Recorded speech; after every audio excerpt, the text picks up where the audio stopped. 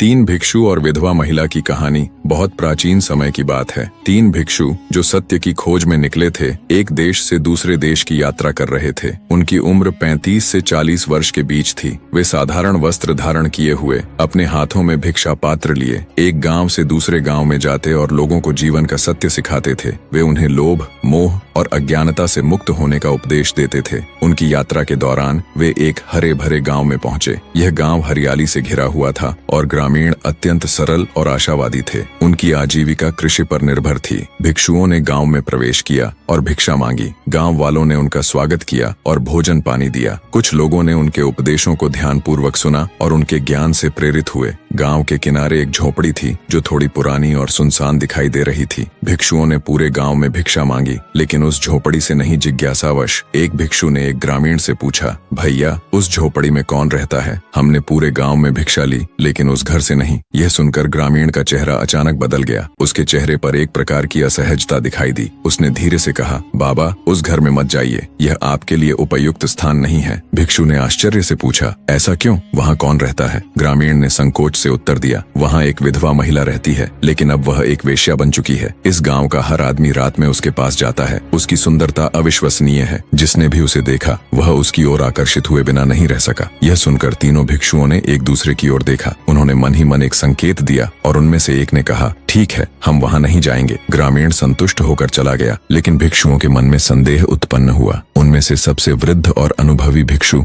जिसे देवर्षि कहा जाता था, उसने कहा, क्या वास्तव में वह महिला इतनी सुंदर है कि लोग उसकी ओर आकर्षित हो जाते हैं? क्या यह केवल उसकी बाहरी सुंदरता है या इसमें कुछ और रहस्य है? उन्होंने निर्णय लिया कि उन्हें स्वयं उस महिला से मिलकर सत्य का पता लगाना चाहिए। तीनों भिक्षु धीरे धीरे उस झोपड़ी की ओर बढ़े और वहां पहुंचकर दहलीज पर खड़े हो गए। उन्होंने भिक्षा पात्र को आगे बढ़ाते हुए आवाज लगाई, भिक्षां देहि। कुछ क्षणों के बाद झोपड़ी का दरवाजा धीरे धीरे खुला और एक युवा महिला बाहर आई। वह सचमुच अत्यंत सुंदर थी। उसके लंबे घुंघराले बाल कमर तक लहरा रहे थे। उसकी आंखें गहरे काले बादलों जैसी थीं और उसकी चमकती सफेद त्वचा उसे अलौकिक सुंदरता प्रदान कर रही थी। तीनों भिक्षुओं ने एक पल के लिए उसे देखा, लेकिन शीघ्र ही वे अपनी ध्यानावस्था में लौट आए और शांत मुद्रा में खड़े रहे। महिला मुस्कुराई और हाथ जोड़कर प्रणाम करते हुए बोली, मेरा सौभाग्य है कि अब तक जो भी मेरे घर आए वे केवल एक ही कारण से आए, लेकिन आप भिक्षा के लिए आए हैं। उसके शब्दों में अद्भुत आकर्षण था, लेकिन भिक्षुओं ने शांति से उत्तर दिया, देवी, यदि हमें बस कुछ भोजन या पानी मिल जाए तो यह पर्याप्त होगा। वह मुस्कुराई और बोली, अवश्य, आप कृपया भीतर पधारें, मैं जल लाती हूँ। तीनों भिक्षु झोपड़ी में प्रवेश कर फर्श पर बैठ गए। उन्होंने देखा कि झोपड़ी अंदर से बहुत साधारण थी, लेकिन साफ सुथरी थी। कुछ देर बाद वह महिला पानी लेकर आई और उन्हें दिया। भिक्षुओं ने जल ग्रहण किया और फिर उनमें से एक ने पूछा, देवी, क्या आपका स्वभाव बचपन से ऐसा ही था या जीवन की कठिनाइयों ने इसे बदल दिया? यह प्रश्न सुनकर महिला चौंक गई। उसकी आंखों में आंसू आ गए। उसने कहा, आज तक किसी ने यह प्रश्न नहीं पूछा। लोग मेरे पास आते हैं, लेकिन केवल मेरे शरीर के लिए। किसी ने यह जानने की कोशिश नहीं की कि मैं कौन हूँ, मेरा अतीत क्या है, मैं क्या महसूस करती हूँ। वह रुक रुक कर अपनी कहानी सुनाने लगी। मेरे पति की मृत्यु के बाद मैं अकेली रह गई। कोई सहारा नहीं था। जब मैंने काम की तलाश की तो हर व्यक्ति ने मेरा शोषण करना चाहा। समाज ने मुझे अकेला छोड़ दिया। मजबूर होकर मैंने यह रास्ता चुना, क्योंकि मेरी सुंदरता ही मेरी पूंजी बन गई। उसकी आंखों से आंसू बहने लगे। तीनों भिक्षु उसकी वेदना को महसूस कर सकते थे। उन्होंने उसकी पीड़ा को गहराई से समझा। देवर्षि ने कोमल स्वर में कहा, देवी, यह समाज पहले एक महिला को निर्बल बनाता है और फिर उसी पर उंगली उठाता है, लेकिन यह जीवन जीने का एकमात्र मार्ग नहीं है। महिला ने आंसू पोंछते हुए पूछा, बाबा, यदि मैं यह मार्ग छोड़ दूं तो क्या लोग मुझे स्वीकार करेंगे? क्या वे मेरा अतीत भूल जाएंगे? देवर्षि ने उत्तर दिया, परिवर्तन कठिन है, लेकिन असंभव नहीं। यदि तुम स्वयं को माफ कर सको और अपने मन को निर्मल बना सको तो समाज भी धीरे धीरे तुम्हें स्वीकार कर लेगा। सबसे पहले तुम्हें स्वयं को स्वीकार करना होगा। महिला ने साहसपूर्वक कहा, आज से मैं यह जीवन त्याग रही हूँ और एक नई राह पर चलूंगी। गांव वालों ने यह परिवर्तन देखा और उनमें भी बदलाव आया। उन्होंने उसे एक नए दृष्टिकोण से देखना शुरू किया। गांव की अन्य महिलाएं भी उसकी साहसिकता से प्रेरित हुईं। तीनों भिक्षुओं ने उसे आशीर्वाद दिया और अपनी यात्रा जारी रखी। उस महिला ने गांव के मंदिर में सेवा करना शुरू किया